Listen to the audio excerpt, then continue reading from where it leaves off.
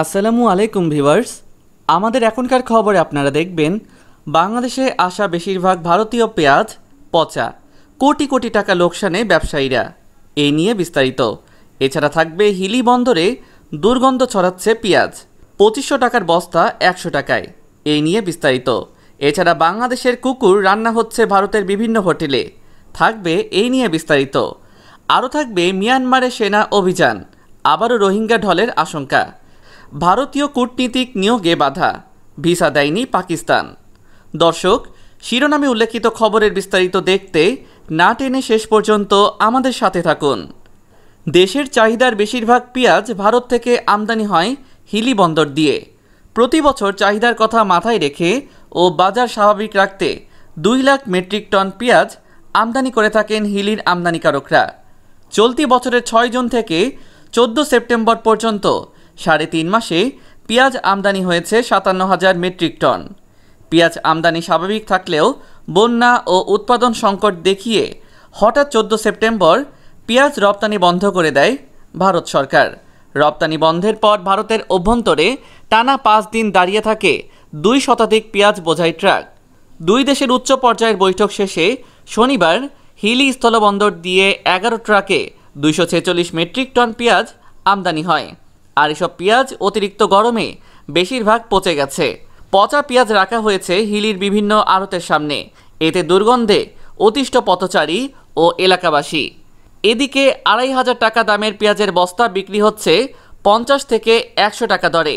এরপরেও কিনছেন না অনেকে, কেউ কেউ ফেলে দিচ্ছেন বস্তাসহ পেঁয়াজ। এতে ক্ষতিগ্রস্ত হয়েছেন ব্যবসায়ীরা। আড়তগুলোতে দেখা যায় শনিবার ভারত থেকে আমদানিকৃত পেঁয়াজগুলোর বেশিরভাগ গরমে পচে গিয়ে পানি ঝরছে। দুর্গন্ধ ছড়ানোয় রাস্তা দিয়ে চলাচল করতে সমস্যা হচ্ছে পথচারীদের। অন্যদিকে লোড আনলোডের কাজ করতেও অনীহা প্রকাশ করতে দেখা গেছে শ্রমিকদের।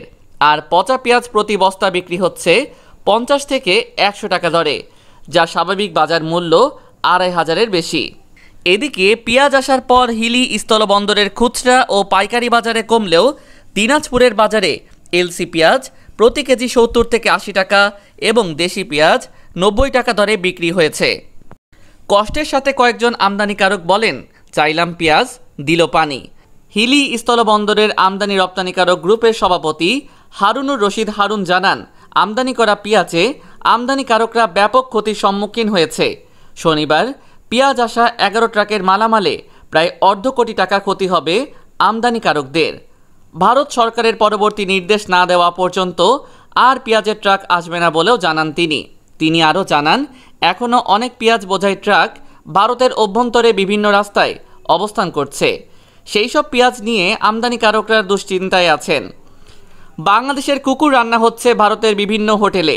দেশের সীমান্তবর্তী খাগড়াছড়ি জেলার দিঘিনালার বিভিন্ন এলাকা থেকে কুকুর পাচার হচ্ছে ভারতে। এসব কুকুর ভারতের মিজোরামে বিক্রি হচ্ছে প্রতিটি 6 থেকে 7,000 টাকায়। উদ্ভূত পরিস্থিতিতে মিজোরাম সরকার সেখানে কুকুর বিক্রি নিষিদ্ধ করেছে। তবে তাতে বাংলাদেশ থেকে কুকুর পাচার বন্ধ হচ্ছে না। পাহাড়ি এলাকার হাটসহ বিভিন্ন এলাকায় ফাঁদ পেতে কুকুর শিকার করছে একটি চক্র। কুকুরগুলো সনাতনী ফাঁদে আটকানোর পর সরু তার দিয়ে মুখ বেঁধে দেওয়া হয়। এছাড়া প্রতিটি কুকুরের গলায় আটকে দেওয়া হয় শুকনো বাঁশ। খাগড়াছড়ির দিঘিনালার বোয়ালখালী বাজার, বাবুছড়া থানা বাজার থেকে বেশি কুকুর ধরা হয়। কুকুর শিকারীরা হাটে ঘুরে ঘুরে কুকুর ধরে। এসব কুকুর মিজোরামের বিভিন্ন হোটেলে ব্যবসায়ী কিনে তার মাংস রান্না করেন বলে জানা গেছে। গত বুধবার দিঘিনালা থেকে 35টি কুকুর ধরে নিয়ে যায় 5 কুকুর শিকারী। দিঘিনালার বাবুছড়া বাজার থেকে এসব কুকুর শিকার করা হয়। কুকুরগুলো রাঙামাটির মাইনি বাজার হয়ে কাপ্তাই হ্রদ দিয়ে মিজোরামে নেওয়া হয়। কুকুরগুলো নিয়ে যাওয়ার সময়কার ছবি সামাজিক যোগাযোগ মাধ্যমে ভাইরাল হয়েছে। এ বিষয়ে পিপলস ফর অ্যানিম্যাল ওয়েলফেয়ারের প্রতিষ্ঠাতা রাকিবুল হক এমিল গণমাধ্যমকে বলেন, বাংলাদেশ প্রাণী কল্যাণ আইন 2019 মতে মালিকবিহীন কুকুর হত্যা বা অপসরণ করা আইনত দণ্ডনীয় অপরাধ, যার সাজা 6 মাস জেল এবং 10,000 টাকা জরিমানা। দিঘিনালা উপজেলা নির্বাহী কর্মকর্তা ইউএনও মোহাম্মদ উল্লাহ গণমাধ্যমকে জানান, বিষয়টি আমি ফেসবুকে দেখেছি। এরপর কোনো শিকারী সম্পর্কে সুনির্দিষ্ট তথ্য থাকলে আমরা আইনগত ব্যবস্থা নেব। মিয়ানমারে সেনা অভিযান, আবারও রোহিঙ্গা ঢলের আশঙ্কা। কয়েকদিন আগে বাংলাদেশ সীমান্তে সৈন্য সমাবেশ ঘটিয়েছিল মিয়ানমার সেনাবাহিনী। এরপর 13 সেপ্টেম্বর ঢাকায় মিয়ানমার রাষ্ট্রদূতকে ডেকে এর প্রতিবাদ এবং সীমান্ত থেকে সৈন্য সরিয়ে নিতে বলা হয়। বাংলাদেশের শক্ত অবস্থানের পর সীমান্ত থেকে মিয়ানমার সৈন্য সরিয়ে নিয়েছে বলে জানান বিজিবির মুখপাত্র লেফটেন্যান্ট কর্নেল সাইদুর রহমান। তিনি বলেন, বাংলাদেশের সীমান্তে এখন আর মিয়ানমার সেনাবাহিনীর সদস্যরা নাই, তারা সীমান্ত এলাকা ছেড়ে চলে গেছে। তবে রাখাইনের ভেতরে তারা কি করছে সেটা আমরা জানি না, এটা গোয়েন্দারা ভালো বলতে পারবেন। এই বিজিবি কর্মকর্তা জানান, সীমান্তের পরিস্থিতি এখন স্বাভাবিক আছে। সীমান্ত বলতে আমাদের দিক থেকে আমরা যতটুকু দেখতে পাচ্ছি তা স্বাভাবিক। একাধিক সূত্র জানায়, সীমান্ত থেকে তারা সরে গেলেও 1 কিলোমিটার দূরেই তারা অবস্থান করছে। রাখাইনে সৈন্য সমাবেশও অব্যাহত আছে। 2017 সালে শুরু হওয়া ক্লিয়ারেন্স অপারেশন সেখানে এখনও চলছে। মিয়ানমারে 8 নভেম্বরের জাতীয় নির্বাচন যত এগিয়ে আসছে, এই অপারেশন আরও জোরদার হচ্ছে। বাংলাদেশ মিয়ানমার সীমান্তের নো ম্যানস ল্যান্ডে এখনও 4000-এর মতো রোহিঙ্গা অবস্থান করছেন। তারা 2017 সালের পর থেকেই সেখানে আছেন। নো ম্যানস ল্যান্ডের রোহিঙ্গা নেতা দিল মোহাম্মদ জানান, মিয়ানমার সেনাবাহিনী সীমান্তের 1-1.5 কিলোমিটারের মধ্যে এখন আর নাই, তারা এর বাইরে অবস্থান করছে। আমাদের কাছে যে খবর রয়েছে তাতে তারা অভিযান বন্ধ করেনি, সৈন্য আরও বাড়াচ্ছে। তিনি জানান, আমরা সেখানে অবস্থানরত আমাদের স্বজনদের কাছ থেকে যে খবর পাচ্ছি তাতে রোহিঙ্গাদের মুভমেন্ট বন্ধ করে দেওয়া হয়েছে, তাদের ঘরের বাইরে বের হতে দেওয়া হচ্ছে না। সেখানে যুদ্ধের ট্যাঙ্ক নিয়ে আসা হচ্ছে। আমরা আতঙ্ক আর উদ্বেগের মধ্যে আছি। এর আগে জাতিসংঘ উদ্বেগ প্রকাশ করে বলেছে, মিয়ানমার আবার রাখাইনে গণহত্যা শুরু করেছে। সেনা সমাবেশের মধ্যেই সেখানে গ্রামের পর গ্রাম জ্বালিয়ে দেওয়া হচ্ছে। মিয়ানমার অবশ্য অভিযোগ অস্বীকার করেছে, তবে নানা সূত্র থেকে সেসব খবর পাওয়া যাচ্ছে, তাতে সেখানে গণহত্যার বিষয়টি স্পষ্ট হচ্ছে। বাংলাদেশে যেসব রোহিঙ্গা আছেন তাদের অনেকে স্বজনরা এখনও রাখাইনে আছেন, তারা তাদের জীবন নিয়ে উদ্বিগ্ন হয়ে পড়েছেন। এই অবস্থায় বাংলাদেশ সীমান্ত এলাকায় টহল এবং নজরদারি জোরদার করা হয়েছে। সীমান্তের জনবল ও নিরাপত্তাও জোরদার করা হয়েছে বলে বিজিবি সূত্রে জানা গেছে। তারা রাখাইনের পরিস্থিতির ওপর নজর রাখছেন। মিয়ানমারে বাংলাদেশের সাবেক সামরিক অ্যাটাশে এবং সাবেক রাষ্ট্রদূত মেজর জেনারেল অবসরপ্রাপ্ত শহীদুল হক মনে করেন, তিনি বলেন, এবার অভিযান শুরু হলে শুধু রোহিঙ্গা নয়, সেনা সমর্থিত দলের বাইরে যেই বৌদ্ধরা আছেন তারাও এর শিকার হতে পারেন।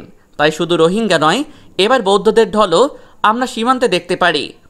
এই জন্য তিনি বাংলাদেশকে আরও সতর্ক অবস্থানে থাকার পরামর্শ দিয়ে বলেন, মিয়ানমার এখন আন্তর্জাতিক পর্যায়ে ভালোই চাপের মুখে আছে, আর আইসিজের পর এখন আইসিসিতে মিয়ানমারের বিরুদ্ধে মামলা হতে যাচ্ছে, ফলে তারা আরও চাপে পড়বে।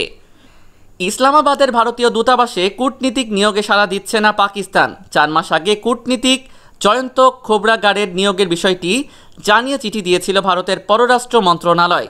সম্প্রতি তার ভিসার আবেদনও বাতিল করেছে পাকিস্তান। সর্বভারতীয় একটি গণমাধ্যমের বরাত দিয়ে এই খবর জানিয়েছে কলকাতার আনন্দবাজার পত্রিকা। যদিও পাকিস্তানের সঙ্গে কূটনৈতিক টানাপোড়েন রয়েছে ভারতের, এই ঘটনাটি ফের নতুন করে দুই দেশের সম্পর্ক তলানিতে ঠেকার আশঙ্কা করা হচ্ছে। পররাষ্ট্র মন্ত্রণালয়ের একটি জানিয়েছে, জয়ন্ত খোবরাগাড়ের ভিসা নাকচের জেরে শিগগিরই কূটনৈতিক প্রত্যাঘাত করতে পারে সাউথ ব্লক। খবরে বলা হয়েছে, জুনে ইসলামাবাদের ভারতীয় হাই কমিশনের প্রধান হিসেবে জয়ন্তকে নিযুক্ত করার বিষয়ে পাকিস্তান পররাষ্ট্র মন্ত্রণালয়ে বার্তা পাঠানো হয়েছিল, কিন্তু সেই আবেদন নাকচ করে ইমরান খানের সরকার। তাদের দাবি, ওই পদের জন্য যোগ্যতার মাপকাঠিতে তিনি অনেক সিনিয়র কর্মকর্তা। ইন্ডিয়ান ফরেন সার্ভিস এর 1995 সালের ব্যাচের অফিসার জয়ন্ত বর্তমানে পরমাণু শক্তি দফতরের যুগ্ম সচিব পদে রয়েছেন। এর আগে রাশিয়া, স্পেন, কাজাখস্তান এমনকি পাকিস্তানেও ভারতীয় মিশনে কাজ করেছেন তিনি। 2013 থেকে 2017 কিরগিজ প্রজাতন্ত্রে ভারতের রাষ্ট্রদূতও ছিলেন জয়ন্ত। এর আগে জুন মাসে গুপ্তচর বৃত্তির অভিযোগে নয়াদিল্লির পাকিস্তান হাই কমিশনের 2 কর্মীকে বহিষ্কার করে। এর জেরে ইসলামাবাদের ভারতীয় হাই কমিশনের 2 কর্মীকে গ্রেফতার করা হয়। এতে 2 দেশের কূটনৈতিক টানাপোড়েনের সৃষ্টি হয়। তার জেরে 2 দেশের হাই কমিশন ও ডেপুটি হাই কমিশনগুলোতে কূটনীতিক ও কর্মীর সংখ্যা অর্ধেকে নামানো হয়।